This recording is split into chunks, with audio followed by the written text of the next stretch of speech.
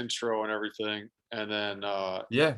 do we need to set this so you can share? Timmy, can you share your screen right now? I think, Coach, why don't you try to share your screen really quick if you need to there. Do you have Yeah, anything you'd like to share? Yeah, I have a presentation for y'all. Does that work? Okay, we just wanted to make sure because it cut out earlier. So anyway, yeah, So you're wait. on. You got time, whatever you need, and then we'll go whatever when you're done, and then ask some questions, and you're out, man. Appreciate it. Oh, so we're getting going right now? We're on, man. We can get going. Awesome. Hey, so before I get started, I just wanted to say that it's an honor to be, talking to you guys today. Although I am in Oregon now, I was born and raised in Anchorage, Alaska. Alaska will always be home to me. And so I really appreciate what, Trotter and everybody else here is doing to make sure that, we can give back to Alaskan coaches, because you guys are really the backbone of football up there. So my name is Leif Schanche. I am the tight ends coach at Western Oregon University. It's a small D2 down in Monmouth, just outside of Salem. As well, I'm the video coordinator and the assistant director of football operations. So kind of the nice part about being at a small school is I wear tons of different hats. But today I really just wanted this presentation to be informal. I just wanted to really focus on augmenting and improving our off-field instruction by the use of digital resources.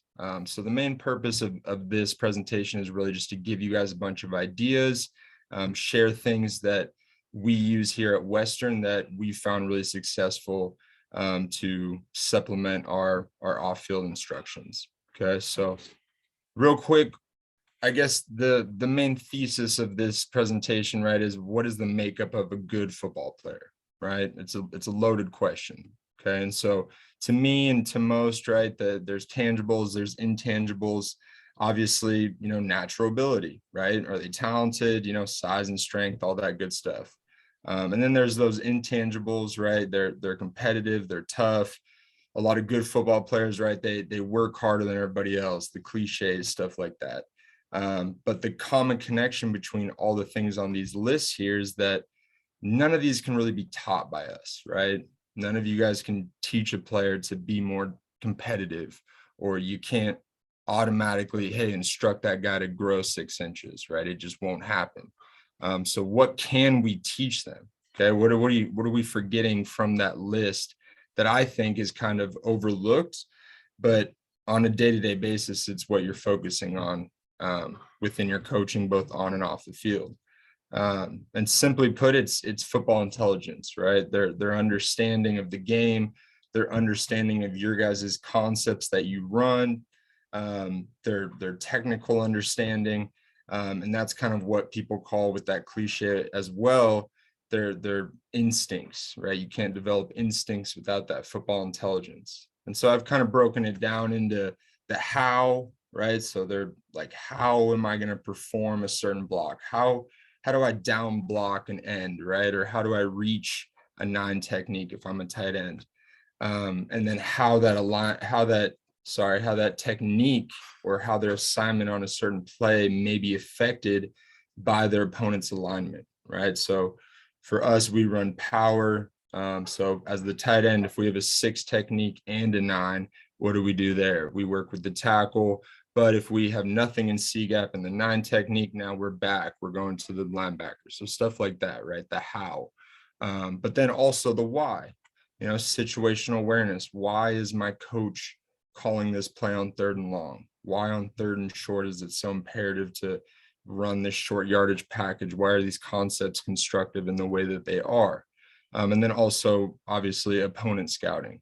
Understanding your opponent is massive into the why. And so honestly, personally, during spring, I've told my tight ends from day one that our focus is to get to the why.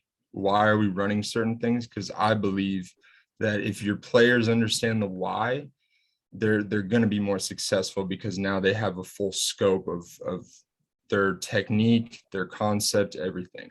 Okay, so ultimately, right, the coach's responsibility to their players is to showcase and show them how they can find success in certain plays and certain concepts, and then educate them on the why to truly facilitate that comprehension, right? And build that football intelligence. So the question then is posed, how do we maximize our education, right? In the digital age, as I call it. And, you know, just like our players, your guys' players are completely focused on their phones, on computers, on screens.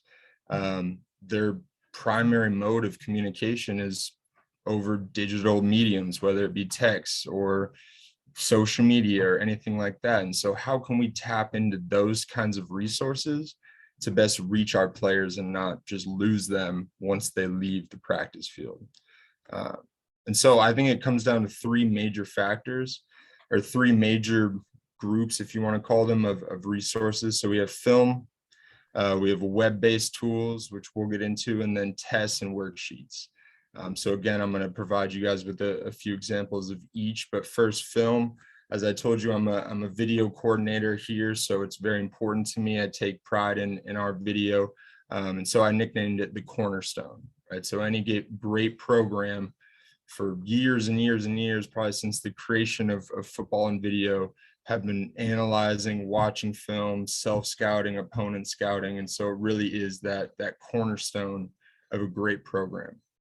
And so I just wanted to give you guys a couple of examples of what I may classify as good film, right? So how are we able to communicate something if the film doesn't allow us to do that, if that makes sense, right? So here, I would say this is good film. We've invested a good amount of money this offseason on GoPros. It actually provides a really unique angle for especially the guys in the box for the offense and defense. You can really see a clear picture. And so once you bring this film to your film sessions with your players, they'll be able to distinguish, hey, this guy's in a, one technique, this guy's in a three, stuff like that. I had those flipped, but you got it. And so a lot of the times you'd be surprised, even at the collegiate level, this is the kind of film that we're getting, when we went down to Kingsville and played them. The small things and the angles make all the difference. And so in a film session, would you rather be analyzing and showcasing certain techniques using this film or this film? It makes a huge difference. And then if you can believe it, we played Portland State last year, nothing against them. They're a great program, but they actually had someone standing on the sideline behind the end zone filming their tight, which, I mean, it's unusable, right? So you got to make sure that film is essential. It's the cornerstone of your organization, and that's the only way you can really provide that off-field instruction. It all starts with film, right? My mindset as well is film everything. Okay, so here at Western, we film, our indie periods here. The indie periods, we'll film our one-on-one crossovers. So this is tight ends and linebackers from just last week. We'll film 7-on-7 drills. This is an 11-on-7 drill. We'll film team crossovers, obviously. We'll even film signals. So me and one of the quarterbacks are actually working on creating a whole playlist just of our offensive signals, because we have a lot of new guys who really, you can only be taught it on the field or during practice. And then, hey, guess what? You need to know that the next time we run it, we're up tempo. They don't know it. So now I'm trying to supplement that by adding those video resources for them. So I think filming everything is the best bet. If having too much film is not possible in my book. So the basics of film, right?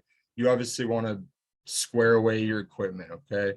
I know this may sound intuitive to a lot of y'all, but you'd be surprised how many kind of overlook these things, right? So for the wide angle, obviously we utilize a scissor lift, but you can definitely hop up in a stadium box as well. And then for the tight angle, I think that there's a lot of good stuff being done with GoPros, like I showed you. And then we've been looking into drones. I know some high schools have that, some don't, but it looks pretty sweet, and it provides a different perspective for the players, I think.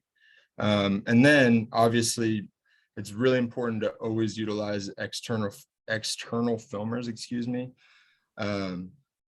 It just makes it so that the coach doesn't have to be, dialed into it as well. They can focus on coaching, all that good stuff. So using students like we do, or injured players is always a safe bet.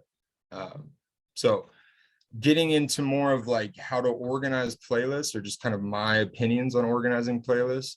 I think it's really all about that organization to fully get the most out of each of your film sessions, right? We've all been in those film meetings after practice where you're in there for 3 hours and the coach is going on and on and on, or as the coach you feel like you're rambling, right? And it doesn't seem like anything's really sticking. And so just like us at the college level, you guys obviously are under a time crunch with, players having school and work and other responsibilities to get to. So you only have that finite amount of time to meet with them. So that's why maximizing those sessions is honestly imperative, right? So I don't know if you guys use Huddle. It's a pretty, easy to use one. It's free. We use it as well. But the biggest thing for us is we label as much as possible. So and I'll show you this here in a second, but we label all of our columns that we possibly can, just to, again, give our players some more insight into each play. Another key that we use a lot is we'll add slides to break up particular play concepts. So, after practice, instead of having your plays in chronological order, I'll go ahead and kind of organize them based on our play concepts, just to kind of keep things more streamlined, if that makes sense. So that I'm not jumping from one play to another. If I have a point and there's a good example of it here, I'm going to show that right after I show the bad example. I think that's really important because, again, players aren't going to be fully dialed in on certain things if, hey, I'm not in on this play. I'm going to tune out for a while. Oh, I'm back in. So I think having that where, hey, it's this concept, boom, boom, boom, boom, boom, this concept, boom, boom, boom, if that makes sense. And again, I'll try not to ramble or jump around myself right now. I am my father's son, so I can't help it. And then another big thing for us, here's a couple of examples that can be kind of supplemental playlists that we utilize in the off season mostly, but they can be utilized throughout fall camp or spring camp when you're more installing things. So we'll have install playlists where we introduce the concepts. We'll, provide video examples after each slide that showcases kind of what we're talking about there, and using annotations on Huddle, which I'll kind of showcase, even though you guys may already know those things. And then once we share those, we have our meetings and we watch the install playlist together as a position group or as an offense or as a team, then we'll go ahead and we'll share the quiz playlist that we've created, which just kind of allows our players to test themselves at home. So real quick, I'm going to X out of here. Hopefully I don't mess up my screen sharing, but I just want to show you guys kind of an example of what I'm talking about. Okay, so this is one of our install playlists for our blocking scheme or blocking calls for our power run game. All right, so we make sure that we just drew exactly from our playbook. We just threw this slide onto there. As you can see, again, all of our columns are labeled as much as possible, but the main focus, right, is that we give them the information, and then in the coming play, if it loads for me, yep, you can add an annotation, right? So now we're showcasing the gap call that we just talked about in the last slide. So as a offensive line group, you can be watching this and say, okay, well, there's your gap. Again, this is an example of some pretty awful film. It kind of makes you sick watching it, but you can see here as well now. Okay, great. So it's a small tweak, but it's something that can definitely aid your players' comprehension of the material instead of just kind of throwing different examples and having to draw it all up. Organizing it beforehand and adding these annotations can go a long way. And then here's an example of kind of the test or quiz that we'd provide to them. So we'd share this playlist to them and say, okay, well, hey, what's the pre-snap call between the left tackle and the tight end? How do they handle this certain block utilizing the call that we just taught you at our meeting? I think having that take home quiz really goes a long way, and they shouldn't have to worry about being graded or anything like that. It's really a self-test. So moving right along, I think film obviously is super important, but these are kind of tools that can be used on top of film to, again, provide more off-field instruction. So these are web-based tools. I call them the building blocks. And basically the goal of these, like I said, is to make things, make off-field learning easy, but also interactive. Okay, so these are all focused on the players getting their hands dirty, doing activities, completing different tasks, really learning by application. So the first one is online observe and comment activities. What these are is, it provides a video example for the players to observe, to watch, to notice certain things, and then apply these concepts to identify what they see and the issues with it, or the improvements they may bring to the table themselves. So I have a quick example of this for you. So basically, this is kind of the observe and report one that I'm talking about here, where you could have your players, watch here. So we first give them, hey, these are 3 technical keys that you should notice, right? So a solid base, fast hands, and their feet. So you can just embed this right into the website. Again, this is Wix, which I'll get into in a little bit. But you give them this, you say, hey, this is a good example here, right? Based on our keys, he has a solid base, fast hands, and his feet. So now you kind of turn it on them. You say, hey, watch each example. I want you to answer 2 questions. What happened? What did the offensive lineman do right? What could have been even better? And then allow them to kind of tell their own story, right? And provide their own narrative to really show that they can apply the concepts. What would you have done differently? Okay, so if you can have them watch this first example. Okay, well, they write their name. I didn't like his feet, or he was late coming off the ball, or he opened up that window right off the bat. Things like that, which I think really allow your players to prove that they know a certain thing. And if they don't, now you as a coach can say, hey, you think you know it, you don't fully know it, and that's okay. We're going to get there together, but now you're on the same page as your player. Whereas if you see them do something at practice, maybe they do it correctly by accident, or they do it correctly because they're kind of just not thinking. Whereas if they can fully grasp the picture and explain it in their own words to you, that's something that can be very helpful. So that's a really great resource to utilize, those observe and comment activities. We also have interactive PowerPoints. So these are really easy to create. It's basically just utilizing a Google Slides application, and you want to create an interactive study guide. Again, it allows them to self-test. I've already created one here.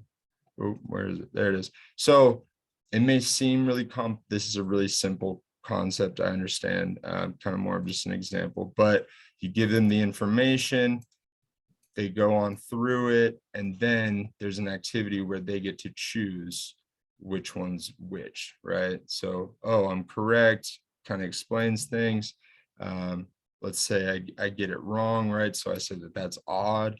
It gives you kind of more of an explanation of what odd actually looks like. Okay, try again.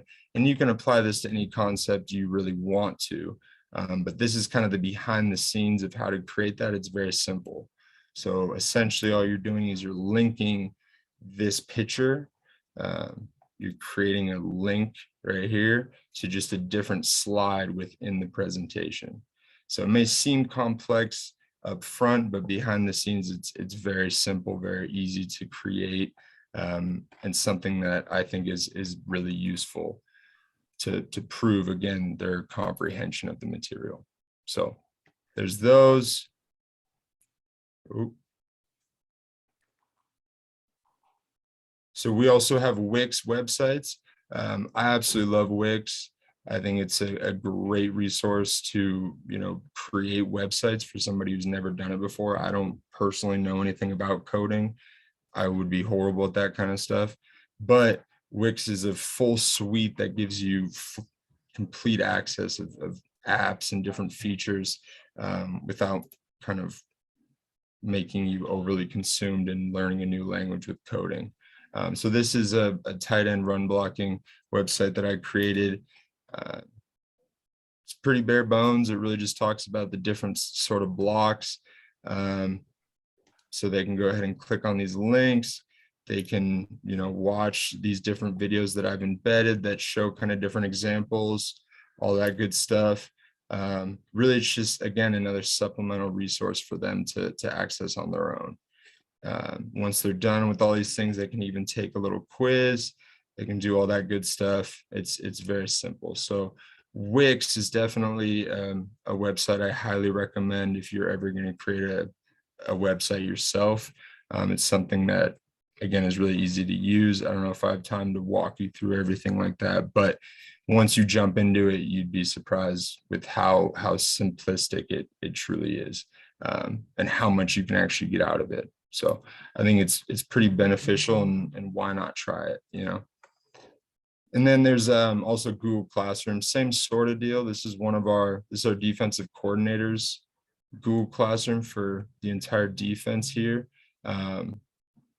Same sort of idea with Wix, except it is a lot more expansive, just based on kind of how many links you can provide and all that good stuff, but very similar. Again, I think both are free. I know Wix is free. I believe Google Classroom is also free.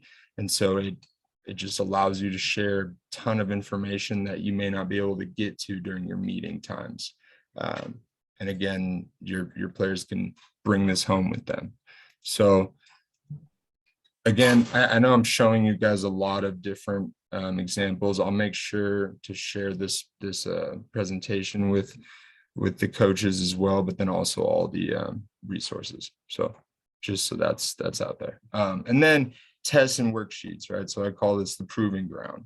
Okay, so this is how they truly apply what they've learned, test themselves, but then also I think it's a good thing to grade your players, not just on their performances, but their understanding of the material that you're trying to give to them. So myself included, but also the offensive line coach and defense coordinator who I just showed you his Google Classroom, have found a lot of success creating their own worksheets that they then hand out to players, make them, fill it out, and then get an actual grade on it. I think that's really beneficial for them to see that numerical or quantifiable value towards their knowledge of a certain concept. So this is kind of more of a deliverable example, but deliverable slide decks. So kind of similar to that online, Wix or Google Classroom resource, but this is more just a concentrated packet of information. So I created one, where is it? Oh, it's right in the middle of that. There it is. So this is kind of a slide deck for blog varieties, same sort of deal. And you can either print this out and give it to your players, or just, again, share this slide deck with your players, and they can really access the material in a lot more easily digestible medium, I guess, but also way less information than those huge websites, if that's something that you're kind of scared off by. So there's, all these pictures are just screenshots from Huddle here of me highlighting different blocking varieties for the tight ends. Really just something that, I would hand out to my players right after our film meeting and say, here you go, keep this with you, or email it to them and say, hey, you know what? I don't know if you fully understand, what I was talking about with reach blocking. Here's some more information about it. Okay, so I think it's definitely effective use of your time and their time as well. So this is kind of an infographic. There's a bunch of different websites that are free that allow you to create these. This again was created by our defensive coordinator. He's really talented at this kind of stuff, but again, it just provides some more information for them, and kind of more of an image-based deliverable instead of being just all words. He's really good at creating these little graphics of the signals, all that good stuff. So whereas I have, a full playlist of our quarterback making the signals, he uses this, different picture diagrams to really showcase our head coach making those signals so that when they're on the field and they look over and the head coach is making that signal, it matches. That's really important. And then another, testing resource that can be utilized is Google Forms. So everyone has access to Google Forms if you have a Gmail or anything like that. This is kind of just an example that I threw together for a class back when I was doing the master's program.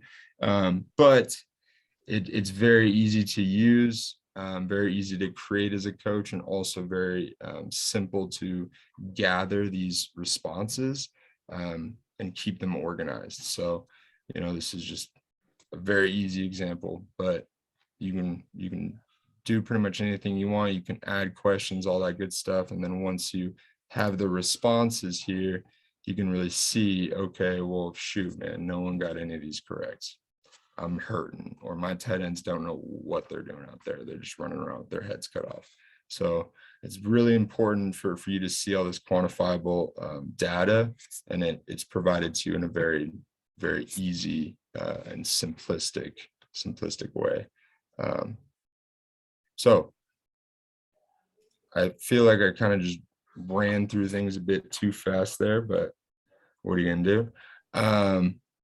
But circling back to the main points that I guess I tried to hit home was that, your instruction off the field, it has to be interactive. If you are going to go this route where, you embrace digital resources and you add them to your, I guess, for lack of a better word, curriculum, the more interactive that they can be, the more successful, at least that we found them to be. Applying your knowledge by getting your hands on it and really, manipulating certain things to provide a value is important. So interactive instruction is definitely the key I've found at building football intelligence. And then obviously I just said it, but embrace these digital resources, right? Adapt or die. We either adapt, you either get on board or you're going to get left at the station, right? So make sure that you're doing everything in your power to help your players. And I think that starts nowadays, especially with the players that we're, working with on a day-to-day basis digitally. Okay. Any questions? I know that was a ton of information, super quick. I apologize for that. I've been kind of running around all day, but anything? I got one. Hey, coach, when you're doing those tests, are you grading them and giving them feedback, or are you just seeing where maybe the instruction got lacking? Yeah, I'll do a little mix of both. Like I said, I think it's really important for the players or the students to see that value, to see a quantifiable number that they can look at and say, oh, I got -5. But I think it's also, on some things very important for you as a coach to see, where am I lacking in my instruction? Did I not cover this concept well enough? Is that on me? You know what I mean? If that answers your question at all. Yeah. And then are they required to do so much time or so many tests over a certain period? So usually like with the handout tests, or like the Google Forms, that's more of like hey, this is due on this certain date, right? So you have your meeting time on Wednesday at 5 p.m. Hey, I need this by tomorrow at 5 p.m. And then there's other things that we just want to provide to them and give to them to self-test, right? So like those where was it, like the interactive PowerPoints, that's more for them. You can obviously collect that data as well if that's something that you want to put a timetable on, but also a lot of these resources are meant to kind of give them a resource to take home with them and really without the pressure of it being graded, kind of feel like they're just getting better incrementally. But yeah, I think both are really, really important. Anyone got anything else, or since coach is squeezing this in at work? I apologize for that. Oh, it's okay. Hey, man, we're lucky we got your time at all, man. It's tough. I don't know. I think Coach Wall you says thanks, but he can't talk. So. oh no. Well, I will say that I do think that although I kind of ran through things a bit too fast, I do want all of these resources to get out to you guys in some way so that at least you can take a look at them yourselves and really see kind of what I was talking about while I was rambling on and on and on. But I think at least just is your what's that? contact was your contact on the slides? I don't know if I missed Yeah, I'm gonna yeah. So yeah, if that's all the questions, real quick, these are, I know it's short notice. These are, our spring game is May 14th. And then we obviously have some like Northwest Showcase stuff. If you do want to join either of those, contact our DC, Coach Slowey. But yeah, here's my contact information. Again, feel free to, give me a call, text me, email me, whatever you want to do. I'm usually pretty accessible. I won't be as, fast talking and fast moving over the phone one-on-one, I promise. But really, I love Alaska. It's my home. And so I'm here to help any way that I can. Hey, Coach, are those camps? Yeah, this come up earlier. Are they full gear, partial gear, no gear, cost? Yeah, so you can get all that information, at least cost wise. For the team camp is going to be fully padded. It's teams, it's really competitive. That's going to be fully padded. Email Coach Slowey right down here, sloweyj@wu.edu to sign up. That one's going to be full padded. Northwest Showcase, I believe, is without pads, but I'm not positive. So again, definitely get some more information from Coach Slowey, or you can just follow. You can follow this Twitter account right here, and they should have that information as well. But that will be at our campus. What's up? Is your spring game streamed or televised or anything? Mr. Tech guy. Yeah, I'd love to say yes. I believe it should be, and I will make sure to provide that. Yeah, send me that, man, because obviously we got a stake in that, so we wouldn't mind seeing it. Oh yeah, got to see Akko. No, I will make sure you guys can also follow me on Twitter or whatever. It's just my first and last name. And I will make sure to post that as well, the link to that. I know that we're not the, most popular brand in Oregon, so who knows, but I'll make sure to get on that and either text you and also post it on my Twitter if anyone's interested in tuning in and seeing at least one Alaskan on the team and one coaching. So yeah, actually, Don Corleone, Brando over here with the voice asked, is Akko the only Alaskan right now? Unfortunately, but I am actively recruiting Alaska. I'm always keeping my eyes out. As I said, I was born and raised there. I completely understand that, Alaskans get overlooked, right? It's the classic, oh, there's no competition up there. Well, I know that that's not true. And so I'm here for it. If you guys ever have any, of your players that you think can succeed at the next level, definitely reach out to me. I know me and you, Trotter, went back and forth with Akko, and I loved that. You were a great resource. So I promise that I'll look after them. But yeah, definitely reach out to me and make sure that I know of anybody who I may be overlooking. So we also had a coach or two, I can't remember, said they actually ended up having multiple spots for the 2022 cycle still pop up. Where are you at on that? For the 2022 cycle. Because of damn transfer portal, probably, I'm sure. But Yeah, we have a couple holes on our roster that we're trying to fill. The only thing is I don't know how much money we have. And so that's always the issue, right? With guys who are out of state, is that it is tough to, provide that money, especially for a small school.